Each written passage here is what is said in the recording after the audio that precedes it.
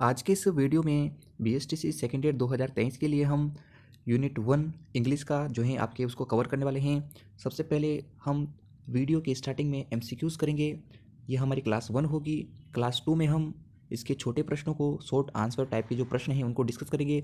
उसके बाद तीसरे वीडियो में यानी कि क्लास 3 में हम बात करेंगे बड़े प्रश्नों के बारे में। तो 3 टाइप के प्रश्न होते हैं आपके जनरली, और तीनों के बारे में हम 3 क्लासेस में पढ़ेंगे, यानी कि प्रत्येक यूनिट के हम 3 वीडियो बनाएंगे और तीनों वीडियोज़ में अच्छे प्रकार से हम समझाएंगे। टोटल आपको लगभग 30 वीडियो देखने होंगे साल भर की जो अंग्रेजी है उसके लिए। तो उसका ये पहला वीडियो है। पहले वीडियो में हम बात कर रहे हैं यूनिट 1 के एमसीक्यूज़ की। इसमें से पहला एमसीक्यूज़ है कि communication is the exchange of, यानी कि संप्रेषण जो होता है, जो हम बातचीत करते हैं उसमें किसका आदान प्रदान होता है। इन्फॉर्मेशन सूचना का, आइडियाज विचारों का, बोथ ए एंड बी दोनों का, नन ऑफ द अबव किसी का भी नहीं। तो आप जानते हैं कि जब हम बातचीत करते हैं, संप्रेषण करते हैं, तो हम किसका आदान प्रदान करते हैं? तो हम विचारों का आदान प्रदान करते हैं, हम सूचनाओं का आदान प्रदान करते हैं। यानी कि इसका आंसर क्या हो जाएगा? इसका आंसर होगा ए और बी दोनों सही हैं। अगला है इफेक्टिव कम्युनिकेशन नीड्स, प्रभावी संप्रेषण की आवश्यकता क्या है? A message to be communicated, एक मैसेज जो संप्रेषित हो चुका है। अ पर्पस टू कम्युनिकेट, बातचीत करना, यानी कि कम्युनिकेट का मतलब होता है बातचीत करना, और उसका अगर उद्देश्य पूरा हो जाए तो वो इफेक्टिव कम्युनिकेशन कहलाएगा। दो बातें होती है संप्रेषण अगर प्रभावी है या नहीं उसको चेक करने का। एक तो जिस तक आप सूचना पहुंचाना चाहते हैं क्या उस तक सूचना पहुंची, दूसरा आपका उद्देश्य पूरा हुआ या नहीं। तो इसका आंसर क्या हो जाएगा? बी और ए दोनों सही हैं। सी क्यों गलत है? क्योंकि इसमें दिया हुआ है लेक ऑफ मैसेज और पर्पस, उद्देश्य या संदेश की कमी। अगर संदेश या उद्देश्य सही तरीके से जो है पहुंचाया नहीं जाएगा तो वो प्रभावी नहीं होता है। बाहरी आवाज़ जो आपको आए तो उसको इग्नोर करना है, क्योंकि मैं जहाँ शहर में रहता हूँ वहाँ आसपास ऐसा एरिया है कि वहाँ थोड़ा सा जो है डिस्टर्बेंस होता है, तो आप उसको इग्नोर कीजिएगा। आपका ध्यान सिर्फ प्रश्नों पर होना चाहिए। आगे देखते हैं अगले प्रश्न को। तीसरा प्रश्न है कि communication takes place in, communication का मतलब होता है संवाद, संचार, संप्रेषण या बातचीत। तो संप्रेषण के किस में देखो, संप्रेषण किस में होता है? फॉर्मल में होता है, इनफॉर्मल होता है, सेमी फॉर्मल, या चारों में, तीनों में। तो इसका आंसर क्या रहेगा कि जब हम बातचीत करते हैं तो हम फॉर्मल तरीके से भी बातचीत करते हैं, आमने सामने आकर फेस टू फेस। हम किसी से फ़ोन के थ्रू बात करते हैं तो वो होता है स्पोकन मोड, यानी कि सेमी फॉर्मल। तीसरा होता है हम लिखकर किसी से बात करते हैं तो वो होता है रिटन मोड। यानी तीनों मोड से हम कम्युनिकेशन कर सकते हैं, यानी कम्युनिकेशन के माध्यम जो हैं वो तीनों हैं। फॉर्मल औपचारिक, सेमी फॉर्मल अर्ध औपचारिक, और इनफॉर्मल अनौपचारिक, तीनों माध्यम हो सकते हैं। इसके बाद अगला प्रश्न है प्रश्न number 4। Frequently use expressions get internalised, जो आप अक्सर बार बार चीज़ें जो भाव बार बार प्रयोग करते हो उनको आंतरिक कब माना जाता है, या वे आंतरिक कब हो जाते हैं? तो कोई भी भाव जो है वो आंतरिक कब होगा? जब वो बार बार यूज में लिया जाएगा। तो इसका पहला ही आंसर सही माना जाएगा। क्यों? क्योंकि इसमें बोला गया है कि इफ़, यदि, we use them quite often, हम उसे अक्सर यानी बार बार प्रयोग में लाते हैं तो ही वो भाव क्या हो जाएंगे? आपके इंटरनलाइज्ड हो जाएंगे, आंतरिक हो जाएंगे। फ्रिक्वेंटली का जो अर्थ होता है वही अर्थ आपके यहाँ क्वाइट ऑफन का होता है, इसलिए दोनों अर्थ सेम हैं, और बार बार प्रयोग किए जाने पर ही जो चीज़ें होती हैं सीखने की वो आपके आंतरिक मन में भाव जो है गहरा बना लेती हैं। अब तीनों आंसर गलत क्यों हैं इसको भी समझ लेते हैं। If we always neglect them, हम भावों को अगर नकारेंगे तो वो आंतरिक कैसे होंगे? अगला है if we do not make use them, हम उनको उपयोगी न बनाएं या उनका उपयोग ही न करें तो वो आंतरिक कैसे होंगे? इसके बाद है इफ़ वी अवॉइड, यदि हम उनको नकारें यानी कि उनको जो है एक्सेप्ट न करें, उनको अवॉइड करें, तो ये दोनों चीज़ें, तीनों चीज़ें जो हैं गलत हैं। अगर हम उनका यूज़ करते हैं तो ही वो इंटरनलाइज्ड हो सकते हैं। पांचवें प्रश्न को देखते हैं। पांचवा प्रश्न है द पिक्चर एक्सप्रेस, एक जो पिक्चर होता है, एक जो फोटो चित्र होता है, वो आपको क्या बताता है? इमोशंस, भावों को बताता है, एटीट्यूड अभिवृत्ति को बताता है, फीलिंग्स को बताता है, या सभी को बताता है? तो आप जानते हैं कि कोई सा भी पिक्चर हो या चित्र हो, वो अपने समय के भावों को, फीलिंग्स को, एटीट्यूड को, सभी को डिनोट करता है। तो इसका आंसर क्या हो जाएगा? इसका आंसर होगा द, यानी कि डी वाला ऑप्शन। इसके बाद है प्राइमरी स्किल्स आर, प्राथमिक कौशल हैं। तो प्राथमिक कौशलों के बारे में आपको पिछली बार बताया था फर्स्ट ईयर में कि 4 प्रकार के कौशल होते हैं, जिनमें से जब स्टार्टिंग बच्चे की होती है तो उसे लिसनिंग और स्पीकिंग सिखाई जाती है। तो जो स्टार्टिंग में सिखाया जाता है वही आपके प्राथमिक कौशल होंगे, यानी कि प्राइमरी स्किल्स होंगी, और जो बाद में सिखाए जाते हैं वो आपके क्या होंगे? द्वितीयक कौशल होंगे, यानी सेकेंडरी स्किल्स होती हैं।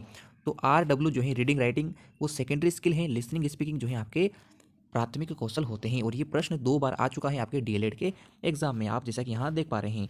इसके बाद अगला प्रश्न है environment suitable for living beings, एक वातावरण जो लिविंग बींग्स यानी कि हमारे लिए जो जीवित इंसान है, सजीव हैं, उनके लिए जो सूटेबल हैं, मस्ट है, उसमें क्या होना आवश्यक है। कोई भी जीव जगत हैं, सजीव हैं, तो उसके आसपास का वातावरण कैसा होना चाहिए। पॉल्यूशन से युक्त, हैविली इंडस्ट्रीज यानी बहुत ज़्यादा उद्योग हो, ग्रीनरी ऑल अराउंड चारों ओर हरियाली हो, या एब्सेंस ऑफ बेसिक फैसिलिटीज़ जहाँ बेसिक सामान्य फैसिलिटीज़ भी न हो। तो आपको पता है कि इन्वायरमेंट होना चाहिए ग्रीनरी यानी कि हरियाली युक्त इन्वायरमेंट होना चाहिए हम जहाँ रहते हैं। इसके बाद अगला है taking notes in the class is useful, class में जो नोट्स आप टेक डाउन करते हो, उतारते हो, तो उसका क्या फ़ायदा होता है। क्यों? क्योंकि it is not beneficial in any way, ये किसी भी प्रकार से उपयोगी नहीं है। It is an aid to memory, स्मृति के लिए ये सहायक हैं, यादाश्त के लिए अच्छे होते हैं, सहायक होते हैं। It is nothing but senseless, ये कुछ भी नहीं होते हैं। ऑप्शन डी है it is wastage of time and energy, क्या यह टाइम वेस्ट करना और एनर्जी वेस्ट करना होता है।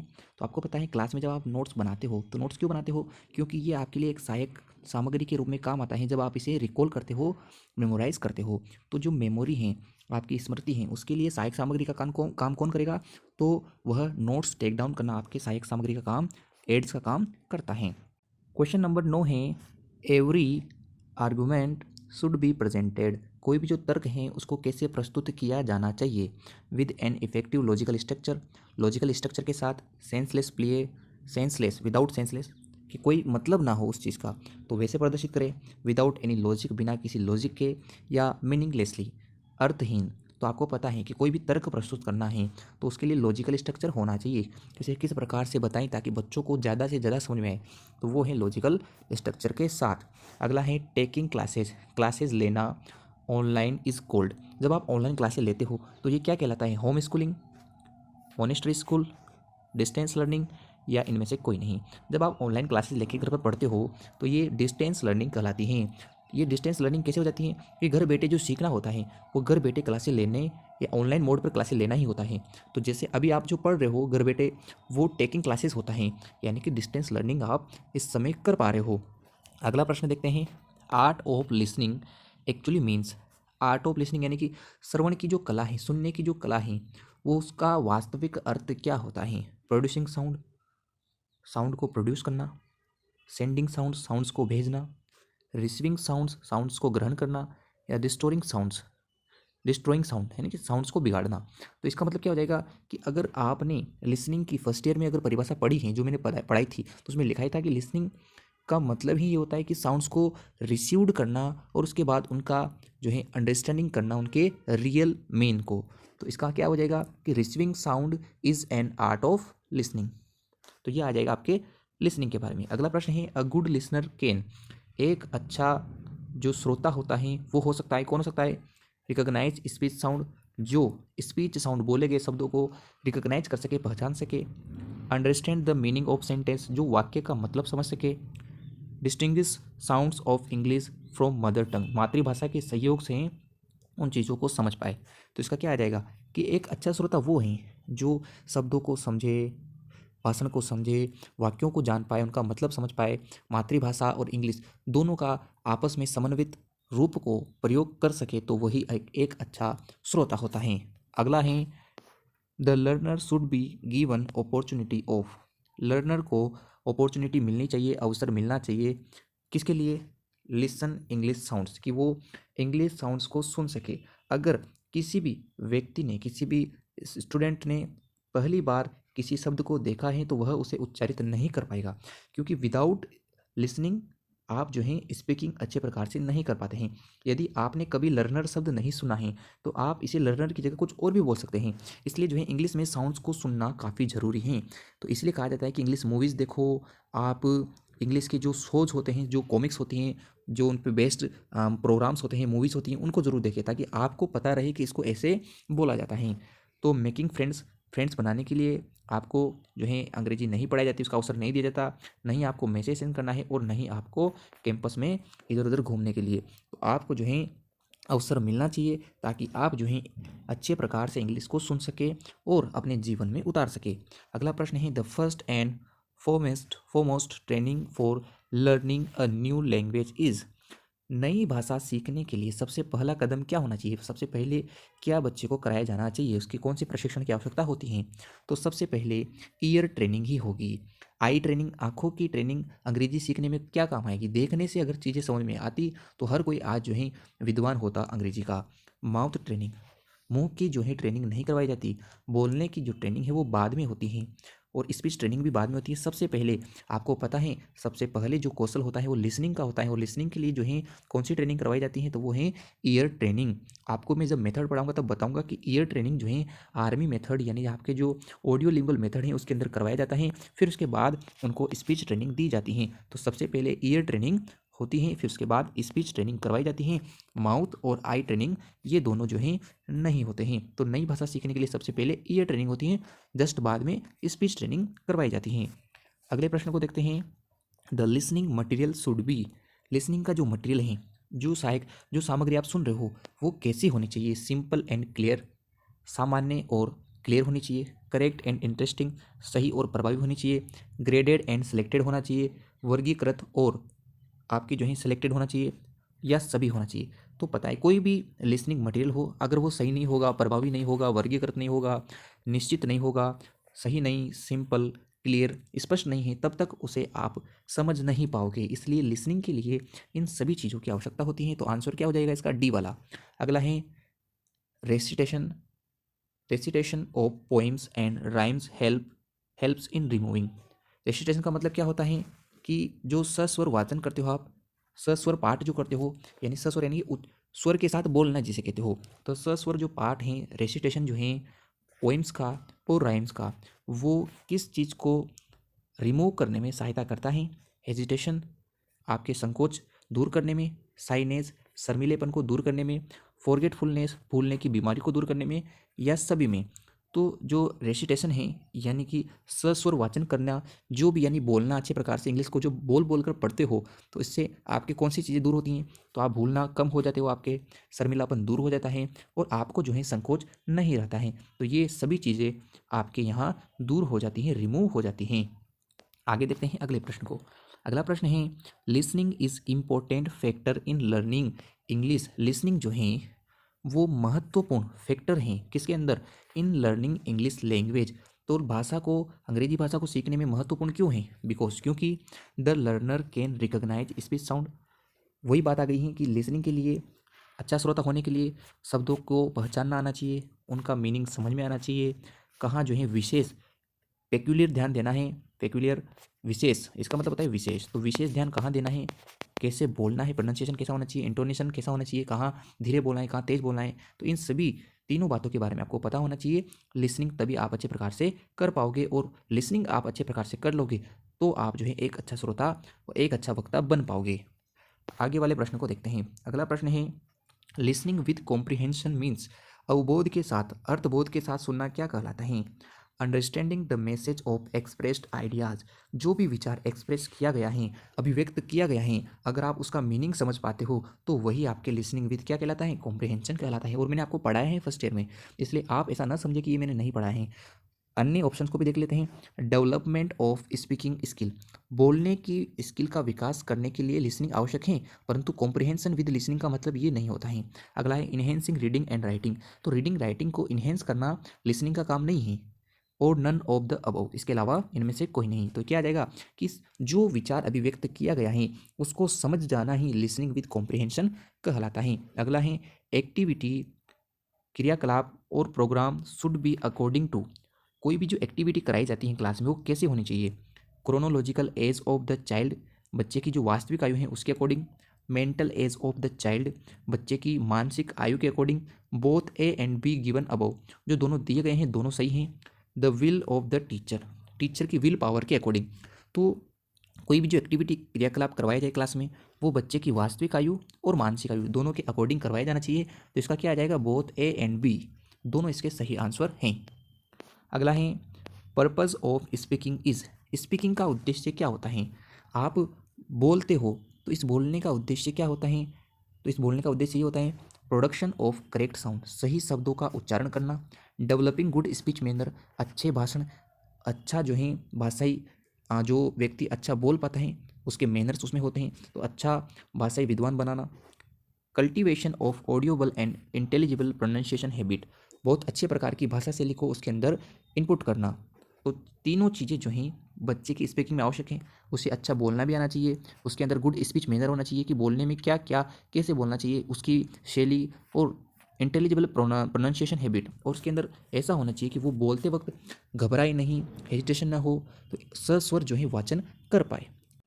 नेक्स्ट क्वेश्चन है क्वेश्चन नंबर 21। क्वेश्चन नंबर 21 है role play and dramatisation provide. Role play करना, क्लास में कोई भी बच्चे को एक रोल दे देना जो उसको व्यक्त करना है, और ड्रामेटाइजेशन का मतलब होता है नाटकीय संवाद। तो ये क्यों करवाया जाता है, इससे क्या उसको मिलता है? तो इससे एक तो एंटरटेनमेंट हो जाता है, बच्चे को आनंद की प्राप्ति हो जाती है, और उसके डेवलपमेंट हो जाती है नेचुरल स्किल्स, वास्तविक जो प्राकृतिक उसके अंदर जो कौशल हैं उनका विकास हो जाता है। यानी कि तीनों चीज़ें सही हैं रोल प्ले और ड्रामेटाइजेशन के अकॉर्डिंग। अगला है चिल्ड्रन लर्न दियर मदर टंग। चिल्ड्रन बच्चे जो है अपनी मातृभाषा सीखते हैं, कैसे कैसे सीखते हैं? विद कॉन्शियस एफर्ट्स, बहुत ही प्रभावी एफर्ट्स के साथ, विदाउट एनी आउटर फोर्स, बिना किसी बाह्य बल के साथ, अंडर सुपरविजन ऑफ टीचर की निगरानी के साथ, with the help of books के साथ। तो जब आपने छोटे थे बोलना सीखा, घर की भाषा सीखी, मातृभाषा सीखी, तो आपने कैसे सीखा है? बुक से सीखा? नहीं। टीचर से सीखा? नहीं। आपने विशेष ध्यान देकर सीखा? नहीं। तो आपने सीखा बिना किसी बाह्य बल के, वातावरण में रहकर आपने सीखा है। इसके बाद अगला प्रश्न है 23 वाला, children can get rid of preliminary shyness by. प्रारंभिक जो शर्मिलापन होता है बालक में, उससे उसको छुटकारा, रीड का मतलब होता है छुटकारा, कैसे मिले या कैसे वो पा सकता है? लिसनिंग साइलेंटली अदर, दूसरों को चुपचाप सुनकर। सिंगिंग राइम्स इन ग्रुप्स में जो है सिंगिंग करके, पोएम्स को बोलकर। रीडिंग बुक्स को पढ़कर। डे ड्रीमिंग, दिन में सपने देखकर, दिवा स्वप्न होता है डे ड्रीमिंग का मतलब। तो पता है कि साइनेस को दूर करना है, शर्मिलेपन को दूर करना है, तो उसको अच्छे से बोलना सिखाएंगे। बोलने के लिए उसको ग्रुप में जाना पड़ेगा और सिंगिंग करनी पड़ेगी राइम्स को, यानी जो उनके आपके राइम्स चलती हैं छोटे क्लासों में, जो पोइम्स होती हैं उनको वो सबके साथ बोले, दोहराए, तब वो जो है उसका साइनेस शर्मिलापन जो है वो दूर हो जाता है। इसके बाद अगला प्रश्न है for the development of speaking skill the student should use. Development करना है, विकास करना है किसका? स्पीकिंग स्किल्स का। तो the student should use, student को किसका यूज करना चाहिए? एप्रोप्रिएट रिदम, सही रिदम का, सही इंटोनेशन बलागात का, सही स्ट्रक्चर एंड वर्ड, सही शब्दों का और सही संरचना का। तो इन तीनों का प्रयोग वो करेगा। अगर किसी को बोलना अच्छा सीखना है तो उसके लिए उसको कहाँ जोर देना है, कहाँ नहीं देना है, उसका पता होना चाहिए। आपकी लय कैसी है, रिदम कैसी है, उसका पता होना चाहिए। आप जिन शब्दों को बोल रहे हो, जिन वाक्यों को बोल रहे हो, उसकी संरचना ठीक है या नहीं, आगे पीछे तो नहीं कर रहे हो ना, तो इनको भी देखना है। तो इन तीनों को मिलाकर जब हम यूज़ करते हैं तो वही हमारी स्पीकिंग स्किल कहलाती है। नेक्स्ट प्रश्न है इफेक्टिव कम्युनिकेशन, प्रभावी संप्रेषण इज नीडेड की आवश्यकता है। प्रभावी संप्रेषण की आवश्यकता कहाँ होती है? इन द क्लासरूम के अंदर, कक्ष में, एट होम घर पर, इन द सोसाइटी समाज में, एवरीवेयर सब जगह। तो आपको पता होना चाहिए कि सब जगह जो है इफेक्टिव कम्युनिकेशन होना चाहिए। ऐसा नहीं है कि आप अपने दोस्तों से अच्छा कम्युनिकेट नहीं करते हो, केवल दिखावे के लिए आप स्कूल्स में या सोसाइटी में अच्छा करते हो, बाकी अपने घर पर और अपने मित्रों से अच्छा बिहेव नहीं करते हो, तो ये चीज़ जो है अच्छी नहीं मानी जाती। तो आपको समझना है कि इफेक्टिव कम्युनिकेशन हर जगह होना आवश्यक है। आगे है अगला प्रश्न, कम्युनिकेशन मीन्स, कम्युनिकेशन का मतलब क्या होता है? ओनली लिसनिंग टू अदर्स, केवल दूसरों को सुनना। Only speaking by one self, speaking केवल बोलना। मेंटेनिंग रिसोर्स को मेंटेन करना। Exchanging thoughts ideas feelings and experience. Exchanging का मतलब होता है कि आदान प्रदान। तो कम्युनिकेशन में मैंने आपको स्टार्टिंग में पहले प्रश्न में बताया था कि कम्युनिकेशन के अंदर एक्सचेंज होता है विचारों का, आपके जो फीलिंग्स हैं उनका, आपके जो अनुभव हैं उनका, तो सभी का जो है आदान प्रदान कम्युनिकेशन के अंदर देखा जाता है। अगला प्रश्न है एक्सचेंज ऑफ इंफॉर्मेशन, सूचनाओं का आदान प्रदान या विचारों का आदान प्रदान क्या कहलाता है? बिल्कुल इजी प्रश्न है, ऊपर वाले प्रश्न का उल्टा प्रश्न यहाँ दिया गया है, तो क्या कहलाएगा? कम्युनिकेशन कहलाएगा। अगले प्रश्न को देखते हैं, the importance of communication lies in. Importance of communication, communication का महत्व किसमें निहित है? लाइज का मतलब होता है निहित है, किसमें निहित है? लेखन में, लिखने में, राइटिंग में, सेंडिंग भेजने में, रीडिंग पढ़ने में, या अंडरस्टैंडिंग समझने में। तो कम्युनिकेशन का मतलब ही ये होता है कि जो आप बोल रहे हो, आप एक दूसरे से बात कर रहे हो, क्या आप उसे समझे या नहीं। एक्सचेंज ऑफ थॉट, जब आपने अपने विचारों को बदला, आपस में एक दूसरे के साथ शेयर किया, तो क्या आप उनको समझ पा रहे हो या नहीं। अगर समझ नहीं पा रहे हो तो कम्युनिकेशन नहीं कहलाता है। तो communication is not without understanding. तो बिना अंडरस्टैंडिंग के आप कम्युनिकेशन नहीं कर पाते हो। इसके बाद अगला प्रश्न है, इफेक्टिव कम्युनिकेशन इज प्रभावी संप्रेषण होता है। वन वे कम्युनिकेशन, केवल एक व्यक्ति के द्वारा किया जाने वाला बातचीत। टू वे कम्युनिकेशन, दो व्यक्तियों के द्वारा की जाने वाली बात। डिटेल्ड, विस्तृत, नन ऑफ द अबव। तो क्या होगा कि दो व्यक्ति जब आपस में बात करेंगे, अगर व्यक्ति खुद से बात करता है तो वो प्रभावी संप्रेषण कैसे हुआ। वो संप्रेषण है कि वो उस खुद की बात खुद तक पहुंची है, परंतु प्रभावी नहीं है, क्योंकि जब तक दूसरों तक बातें नहीं पहुंचती हैं तो वो प्रभावी नहीं मानी जाती। इसलिए जब आप आमने सामने होकर बात करते हो तो वो प्रभावी संप्रेषण माना जाता है। इसके बाद अगला प्रश्न है, effective communication needs. Effective communication के लिए आवश्यक हैं, क्या आवश्यक हैं। मैसेज टू बी कम्युनिकेटेड, पहला ही प्रश्न आ गया कि मैसेज संप्रेषित होना चाहिए। पर्पस टू कम्युनिकेट, जो पर्पज है बातचीत करने का वो उद्देश्य पूरा हो।